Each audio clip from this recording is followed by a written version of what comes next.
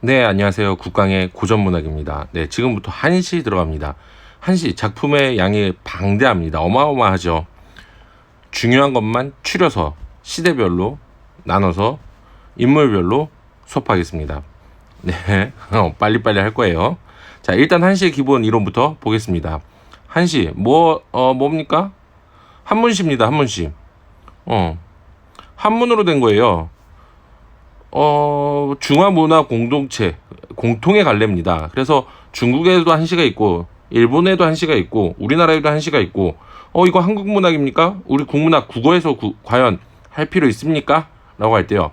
우리나라 사람이 우리나라 정서를 표현한 시이기 때문에 국문학으로 인정이 할 수 있는 거죠.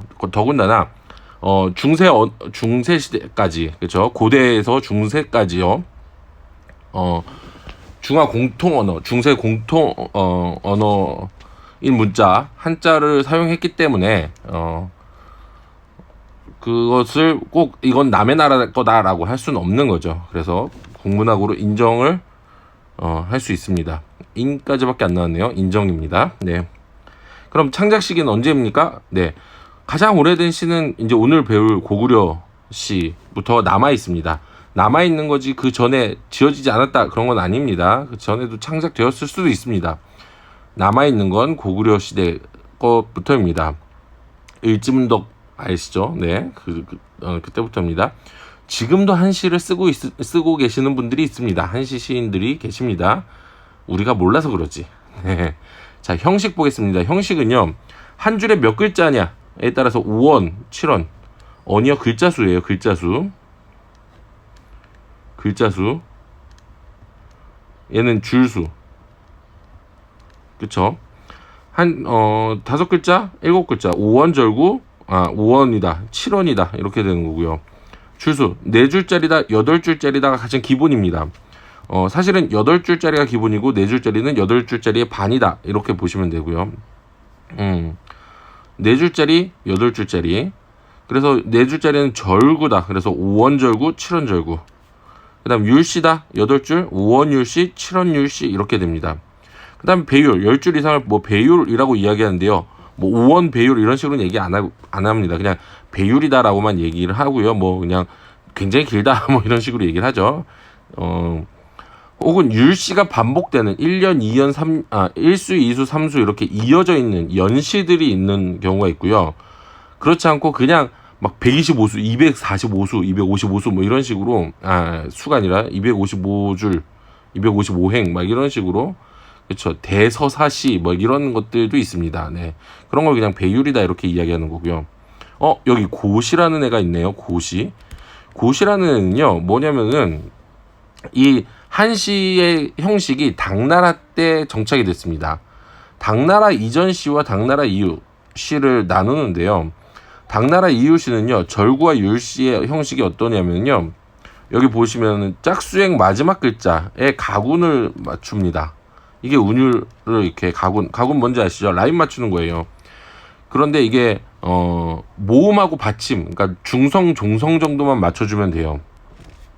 그리고 중국 발음에 가까운 걸 가군을 맞춥니다. 그래서 뭐 우리나라 발음은 이렇게 그러니까 중성과 종성 정도를 맞춘다고 보면 돼요.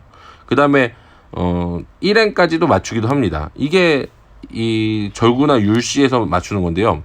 이걸 맞추지 않아요. 그럼 고시라고 부르는 겁니다. 그 당나라 이전 시들이 이런 형식이 맞추는 게 없었는데 당나라 이후 시에도요. 이렇게 맞추지 않고 그냥 자기 마음대로 쓰는 시들이 있었어요. 그런 시들을 그냥 고시라고 부르는 겁니다. 그래서 시기와는 상관없이 형식을 맞추지 않는다 하면은 고시 이렇게 하는 겁니다. 자, 여기까지가 한시에 대한 기본적인 이론이었어요. 뭐 별거 없습니다. 한시요. 그렇죠? 자, 그래서 오늘 첫 번째 작품 여수장 우중문 시를 볼 겁니다. 여수장 우중문 시. 네. 보겠습니다. 여가요. 보내다 여자예요. 보낸다. 뭐 수나라 장수. 수나라 장군 장군 우중문. 그렇죠. 우중문의 수나라 장군 우중문에게 보내는 시예요. 누가? 을지문덕이. 다 역사 아시죠? 고구려 을지문덕. 수나라가 여러 차례 침공하죠. 그쵸? 그 중에서 을지문덕 하면 딱 기억나는 거 뭐 있습니까? 그렇죠? 네, 살수대첩 기억나시죠? 바로 살수대첩과 관련된 시입니다. 이 시가 있었기 때문에 살수대첩이 있을 수 있었던 거죠.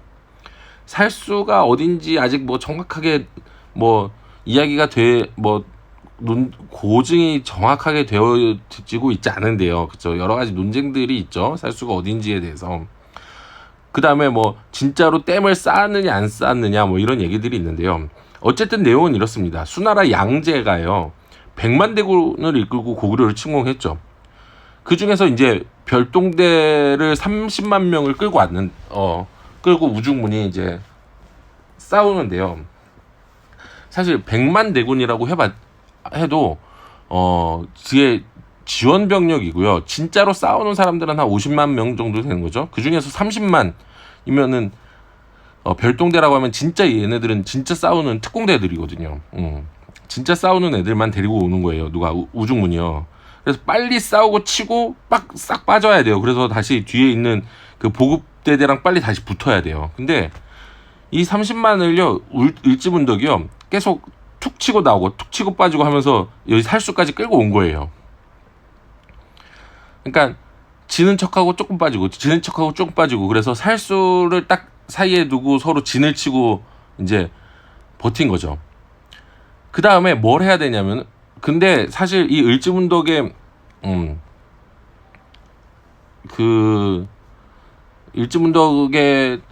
을지문덕이 가지고 있었던 병력 숫자 뭐 다 다릅니다. 자료마다 다른데 뭐 10만이다 3만이다 뭐 있는데 어쨌든 한 3분의 1에서 적게는 10분의 1 정도밖에 안 되는 그 정도 인원이죠. 그러니까 그 살수를 사실 30만 대군이 다 쳐들어올 필요도 없어요. 3분의 1 정도만 10만 정도만 넘어와도 되는 거죠. 그래도 다 이길 수 있는 정도의 군인들이에요. 그래서 그런데 살수를 이렇게 힘들여서 막아놨잖아요. 얘네들을 다 쓸어버려야 이 30만 대군을 다 쓸어버려야 뭐 하는 거예요? 전쟁에서 우리 고구려를 막을 수가 있단 말이에요. 어떻게 하면 이 30만 대군을 한 번에 다 넘어오게 할 수 있을까? 고민을 한 거죠, 을지문덕이. 그래서 이 시를 쓴 거예요. 뭐 한 거예요? 자, 한번 볼게요. 어떻게 했는지. 첫 작품이니까요. 제가 한자까지 열심히 썼어요. 그런데요. 우리 계속 얘기하지만 우리 한문 시간 아니거든요. 한시는요. 해석만 볼 거예요. 이제 앞으로 해석만 쓸 거예요. 이렇게 한문 안 쓸 거예요. 앞으로 한시인데도 왜 한자가 안 보이지? 한자는요. 여러분들 본문 알아서 찾아서 보세요. 안 쓸 거예요. 필요 없습니다. 수능이나 어떤 혹은 뭐 공무원 시험이나 한시 나오면 반드시 해석 나옵니다. 국어 시험에 한문만 딱 주어지고 이 시 뭐야? 읽어봐. 절대 안 나옵니다. 해석 나옵니다. 네. 자, 볼게요. 신책구천문 묘산궁지리 전승공기고 지족원운지. 저 앞으로 한자 이렇게 안 쓸 거예요. 자, 그대의 신기한 책략은 하늘 이치를 다했고 오묘한 계획은 땅의 이치를 다했노라. 뭐 한 거예요? 책략은 하늘 이치를 다했고 계획은 땅의 이치를 다했다. 무슨 법? 대구법. 그 다음에 다 했어. 칭찬하죠. 너의 책략은 하늘의 이치에 통달했어. 계획은 땅의 이치를 통달했어. 칭찬하죠. 그런데 그 안에 이면적으로는 사실은 조롱하는 겁니다. 그쵸? 뭐예요? 반어법입니다. 왜요? 너의 책략은 하늘 이치에 다다랐고 너의 계획은 땅의 이치를 다다랐어. 그러니까 너의 책략은 하늘이 알고 땅이 알아. 그쵸? 그렇게 너의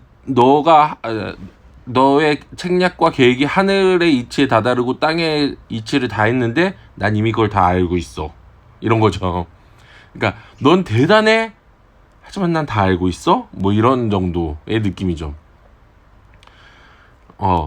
그러니까 칭찬하지만 기분 나쁜 이런 거죠. 오, 대단한데, 야, 오, 그래, 너 대단해. 뭐 이 정도의 느낌이라고 보시면 됩니다.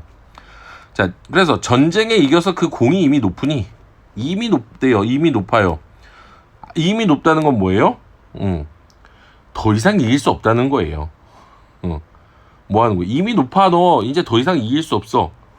뭐 하는 거예요? 긁는 거죠. 너 또 이길 수 있겠어? 그래서 만족함을 알고 그만두길 바라노라. 뭐 하는 거예요? 너 이제 만족해, 그만둬. 더 오면 큰일 날걸?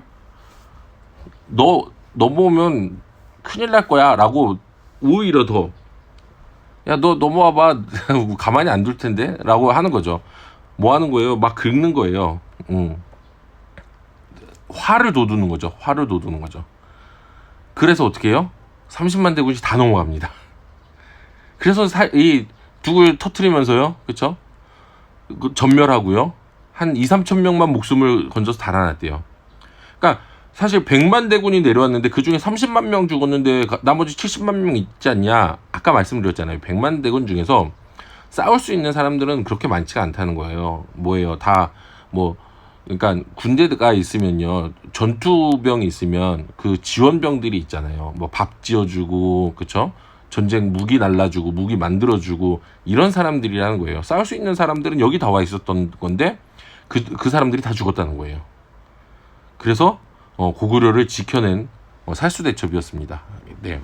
을지문덕의 이 시 한 편으로 나라를 살린 거죠. 자, 갈래 한시고요. 5원 고시입니다. 고시 아까 말했죠.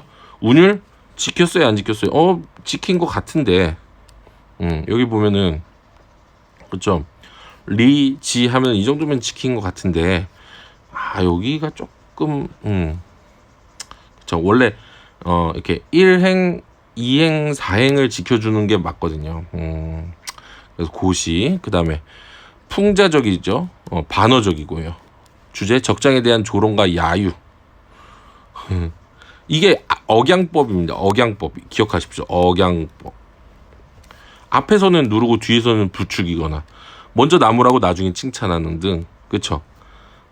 겉에서는 뭐 이렇게 너 칭찬하는 척하지만 속으로는 비꼬고 이런 걸 말하는 거죠. 칭송,